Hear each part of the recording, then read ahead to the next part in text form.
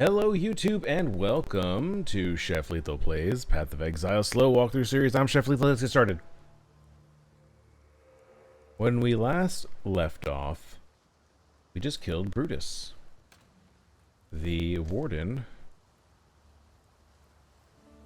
and today we're going to do something different. I don't know what we're doing. What I do want to do is, since we're taking it slow, since I'm not trying to like speed run through the act here like I would normally try to do, I'm not a speedrunner. I'm not particularly great at the campaign, but I still do try to go as fast as possible when I'm not recording or I'm playing for myself. So normally I would have these 2 Quicksilver flasks and I'd be ignoring so many more monsters than we're fighting today, just in this series. But I think what I'm going to do is I want to switch out this 1 Quicksilver for another mana flask. So I'm gonna take this large mana flask at the cost of 3 Scrolls of Wisdom, which normally isn't that big of a deal, but in the context of where we are in the game right now, that is kind of a lot. So by the end, like by the time we reach Act 4, we'll be swimming in Scrolls of Wisdom. It's not that big of a deal. But today we need to travel to Prisoner's Gate, so let's get moving. Open up my map here and get going. We're almost at level 12, and we're going to be going to a monster level 10 area. So we've done a little bit of over leveling. That's okay.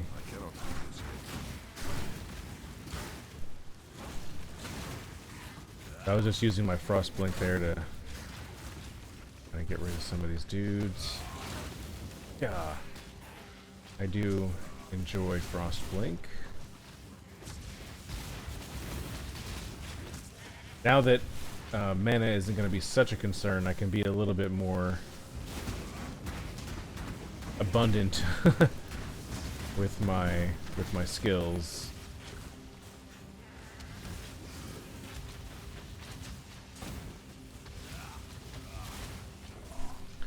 Forget all these guys. I'm gonna run away. I'm tactfully retreating. See, we're way over here and our totem killed something and we gotta level up. That's pretty awesome.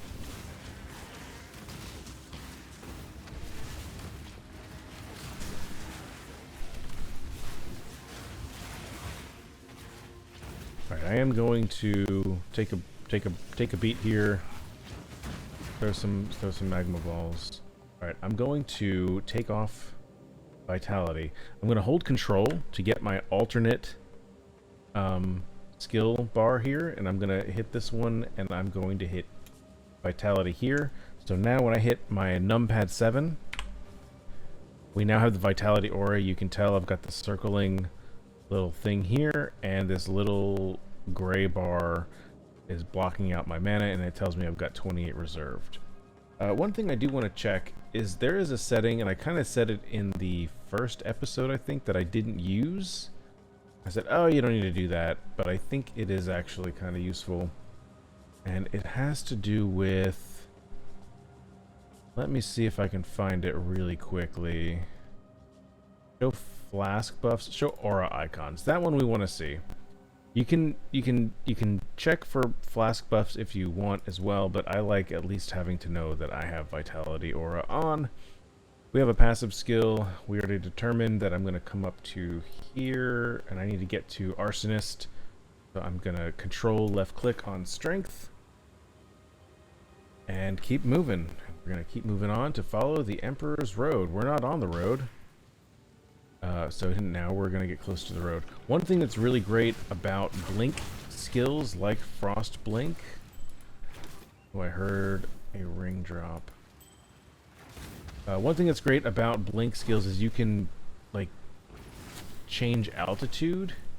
Like, if you're next to a cliff, most times you can blink up to the cliff instead of having to, like, walk around and find the walkway or whatever. Nice. green. Let's get Arcane Surge. And I'm just going to follow the road here. Strength isn't everything. Oh, that's Piety. And she just totally messed us up. So this is the Thaumatic Seal. It requires some kind of key. Alright, so now the quest updated to find another way out of the forest. Or to the forest, I should say. I know how to read. I've done that before.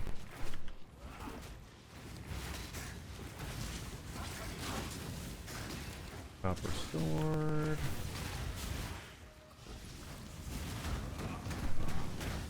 Sometimes I've been forgetting about rolling magma. I still have that skill. If I get into a bind, I can just start throwing balls.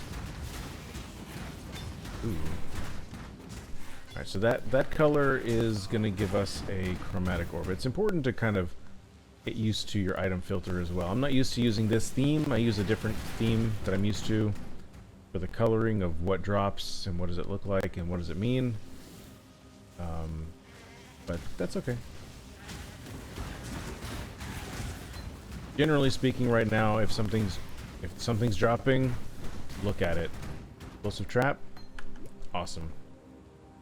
It is also worth noting that picking up skills that drop on the ground, like we just picked up, even though if you're not going to use it, it's still worth it to pick it up for certain recipes you can do to help change items,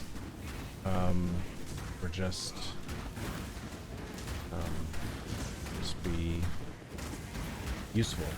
They're useful in different ways. There's vendor recipes you can use with selling gems of different colors with different items, and you get different outcomes, and there's so much more to do.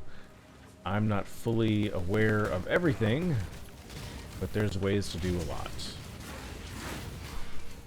So here's a strategy I literally just thought of that's not brand new, I'm sure. But I'm going to talk about it. That's a red, red, blue. I think that's one that is very interesting to me. But look, if you put down a totem, and I can do wall there, and wall there, pretty much everywhere it's shooting is going to go through a flame wall, which is pretty nice. So here, this is an example. I can't drop down to this lower level without going all the way over here to this walkway. I can drop my totem though and kill that guy. But I can use my frost blink and blink down here. It's pretty cool.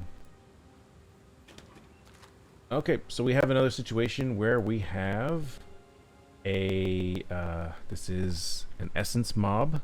It's essence mob monster. Pretty powerful monsters usually. And I kind of glazed over it the last time that we went into it because I was the witch and I wasn't paying too much attention. But oh, we have a kind of a scary monster here. Let me take care of him. But basically, you know, we're gonna click on the middle crystal 3 times, and it's going to release a monster that has certain modifiers, and they may be a little scary. And that's okay.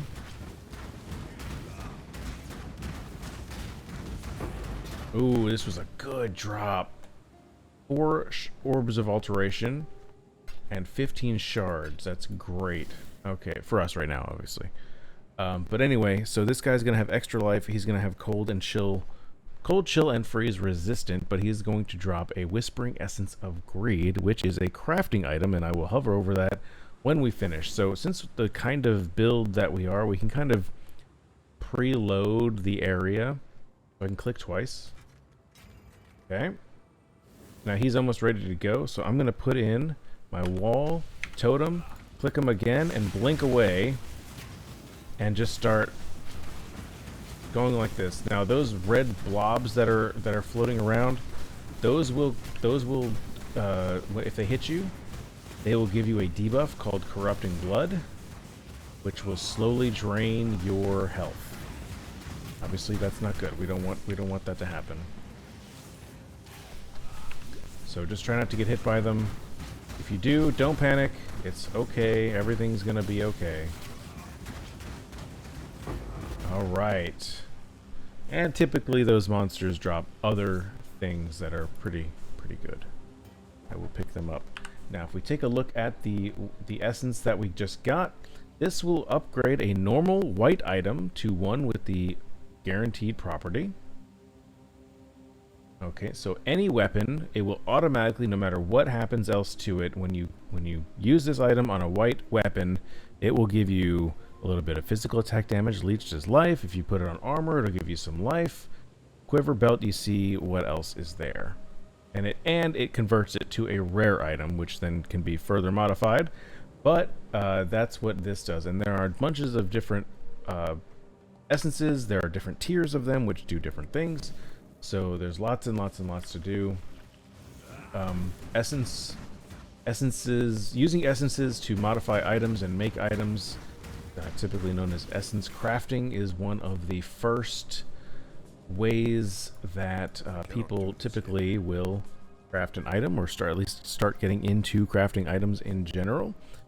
And on to the next thing that's happening. Okay, this is a strong box. It is guarded by 3 packs of monsters. Unlike the essence monsters that we just fought, there are multiple different types of strong boxes which can have different like genres of items that drop as rewards. When I click on this box, it's gonna open up and 3 packs of monsters are gonna jump out and try to kill me immediately. So this is another situation where I can put down a flame wall, put down my totem, click on this thing, blink away, and you can immediately see bunches of dudes coming out to kill me. And then once all of them are dead and all of the monsters in the immediate vicinity are dead as well, it will drop the rewards. So it's not necessarily that you can only have to worry about killing the monsters that the box spawns for you. If there's any other miscellaneous monsters that were already sitting around, you will have to kill them as well. So we're going to keep going up here. And here's another new thing we get to talk about. This is called a Vaal side area. So Vaal, V-A-A-L, is it's a big lore thing, but essentially it just means they're kind of evilly corrupted in a way. So these little side areas have their own instances, their own modifiers, and their own rewards. Usually pretty useful if we think we can handle it. I'm going to try to see if we can handle it. So the modifiers for this area is 22% more items will drop, and the monsters will reflect physical damage, and they poison on hit. Now we don't do physical damage, so that's okay. Poison on hit is possibly going to be a problem, but we've got 2 life flasks, so hopefully we can out heal the poison damage. So I'm going to run in. These do have like sort of like a little mini boss at the end that we will see, and there's like a chest thing that's there as well. That drops usually, like the drops. I mean, the drops can always in this game just be good or not great. But there's usually skill gems or corrupted items which have special modifiers that normally you can't get. So I'll show you what I mean when we get to the end.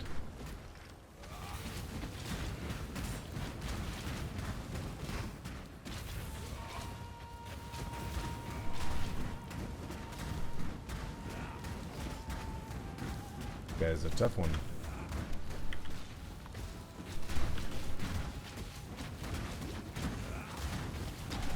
Alright, nice level up. I'm gonna grab the hatchet, and I cannot carry this. That's a stinker. Here, I can just move things around and then grab that. Alright, I want to save some space because we got to get to the I cannot do this yet. The end area.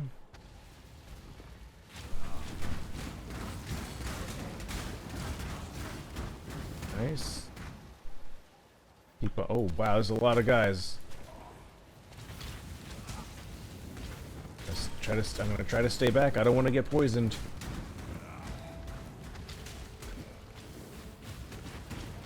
Okay. Summon Phantasm. Level that up.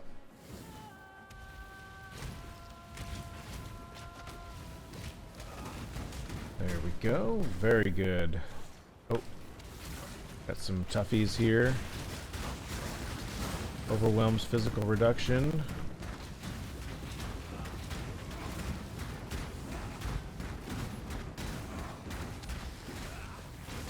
I'll have some of that. Oh boy, we're getting a lot of items here. A lot of stuff is happening.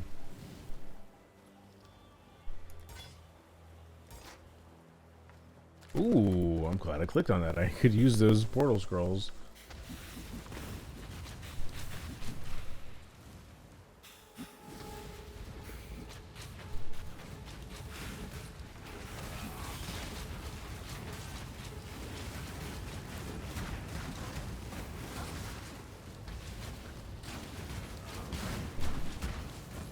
Oh man. Okay, here we go. Okay, I think we're gonna have to head back home. The items are just too much right now. There's too many good items that are dropping. Even if I don't need them, but just for currency's sake. You know, especially since we're just using low-level things right now.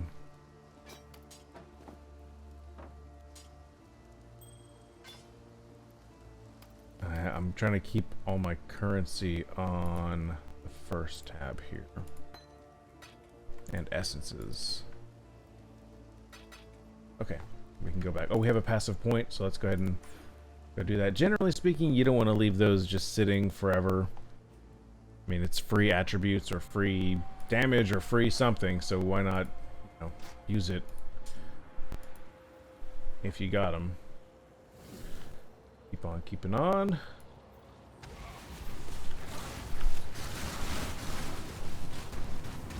It is helpful, you know, sometimes if you see a group of monsters at the edge of the screen, you can kind of prepare, especially with this build. You know, there are some builds that you really can't prepare too much for it, but you can do some stuff occasionally. Oh, hey, nice. Alright, I think we're getting to the end of the area here. You can usually tell by the book icon that we're going to be getting close.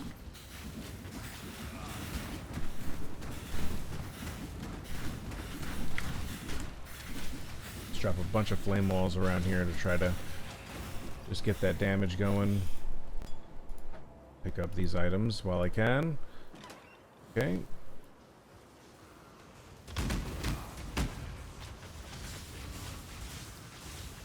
So yeah, this guy with all those lightnings, I'm gonna try to stay away as much as possible.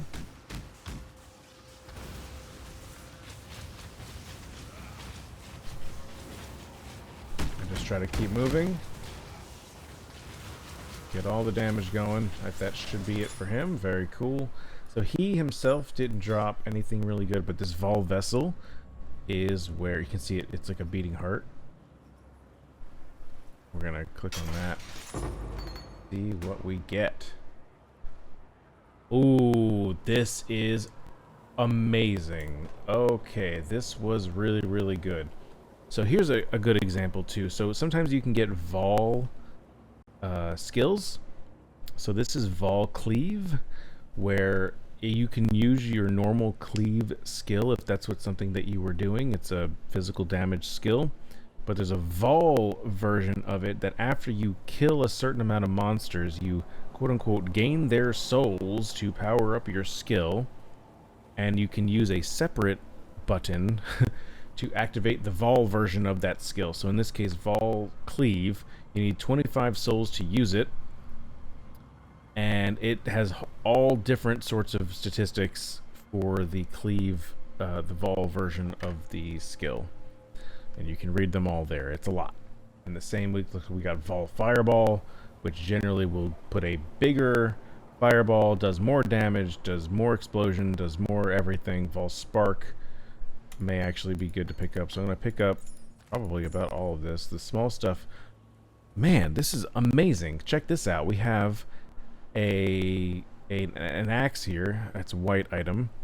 But it's got 2 red and a white socket. So if you see a white socket, that means you can put whatever the heck you want in there. Pretty cool. However, the item is corrupted, which means we cannot, normally, modify this item at all. So it stinks. This is not a good item for us. Later, much later in the game, you can manipulate corrupted items, but generally speaking, if you see something that's corrupted, it is what it is. So this scepter that I got here is very, very, very interesting. It's got 19% quality, which is crazy. It's got cold res. It's got maximum mana, cast speed, attack speed, spell damage, elemental damage. This is great. I think we're going to switch this out. This is amazing for us. But it cannot be modified at all. I cannot change the links. I cannot change the colors. It is corrupted. But that's a good, good, good item. Amazing. Absolutely incredible. I'm so glad that we did that. That was cool. But we still need to find the exit. Still need to find the way out of here.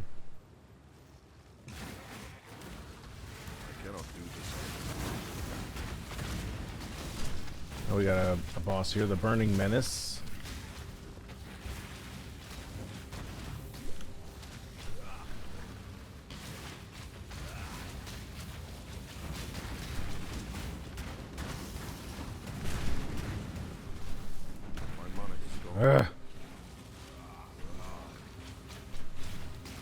I think he was targeting one of my phantasms, which is nice. I swear, it sounds like somebody's doing fireworks outside. I cannot carry this. What in the world? Yeah, somebody's doing fireworks right now. It's November 14th. What is wrong with you people? Okay, so that was a misclick. Ignore that I just did that. So I don't really know where we need to go right now. I'm going to use my arrow keys on the keyboard. So we're heading up in this direction. That's kind of what I'm thinking, because it's away from the entrance.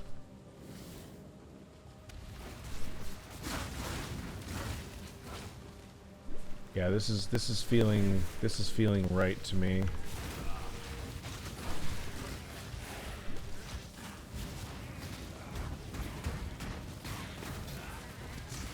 Definitely gonna pick that up.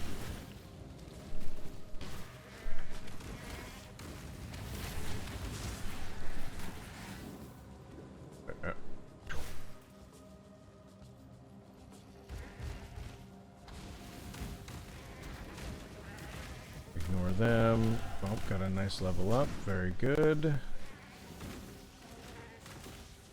Really just want to find the way out of here.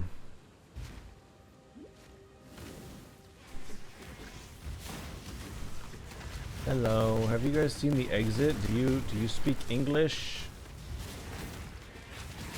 It would be great if you did. If you didn't, I understand. I guess I don't understand. If you don't speak English, I don't understand. I'm sorry. I don't mean to seem insensitive, but I just don't get it.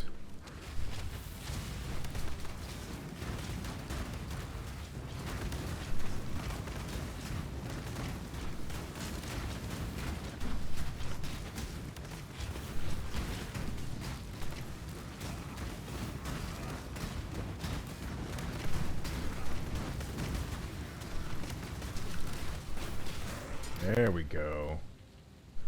A chain belt. Oh my goodness, really? Alright, there we go. And we found the exit. Sweet. Big bad monster guarding the exit, not surprising at all. Alright, ship graveyard. Mother of the dead. I would love to find a waypoint if one does exist. Okay, we got another guy here that's kind of scary.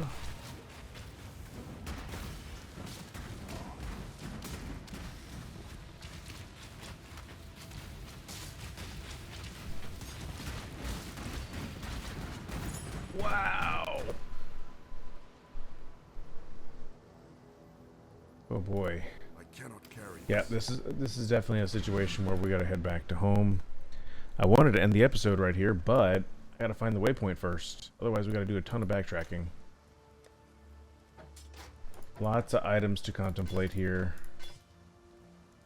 Like a whole inventory's worth of items to contemplate. I'm just gonna dump everything in here.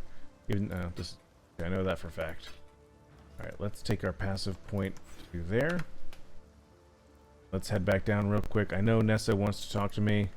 I don't want to talk to Nessa right now. I want to check out these items. Usually, if you're not going to pick everything up, usually in the beginning at least, the smaller items, the little box, you know, the 2x2, or the belts, the rings, those are generally worth picking up. Oh, look, a waypoint. I wasted our portal scroll. Alright, now I'll talk to Nessa. Mervale dwells in the caves Alright, beyond the kill lakes. Mervale. Mervale's a pain in the butt. We'll see her probably next episode, actually. But we got some items here, so let's take a look at this, and this. Alright, is this amulet better than what we have? So what we have is strength, critical strike, and 1 energy shield. So we have to kind of, you know, you have to determine what's better, not by, it's not always going to be apples to apples. You know, you may lose something but gain something better, or gain something that's more relevant. In our case here, I enjoy the new item here more than the amulet of needling. I prefer the amulet of the cloud. I've been having mana issues, and lightning resistance is key. Any sort of resistances you can get are going to be great for you. This new belt is better than the one that we currently have, the plus 10 to cold resistance. I'm definitely going to take that. This ring, I can absolutely replace this. Let's take a look here.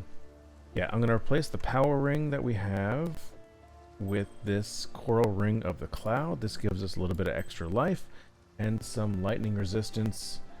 And then this one is not as good. It's got life and rarity of items, which doesn't really matter. And the ring that I'd be looking to replace gives us 22 cold resistance, which is incredible. That's incredible. Right. So these gauntlets I can sell for a orb of transmutation, or no, chromatic orb, excuse me. This shield is very, very interesting because it's red, red, blue, which is the thing I need for Holy Flame Totem to work. So I'm going to upgrade it to, well, let's look at our essences. None of these affect a shield, so that's okay. I'm going to hit it with Orb of Transmutation. We got 8 life.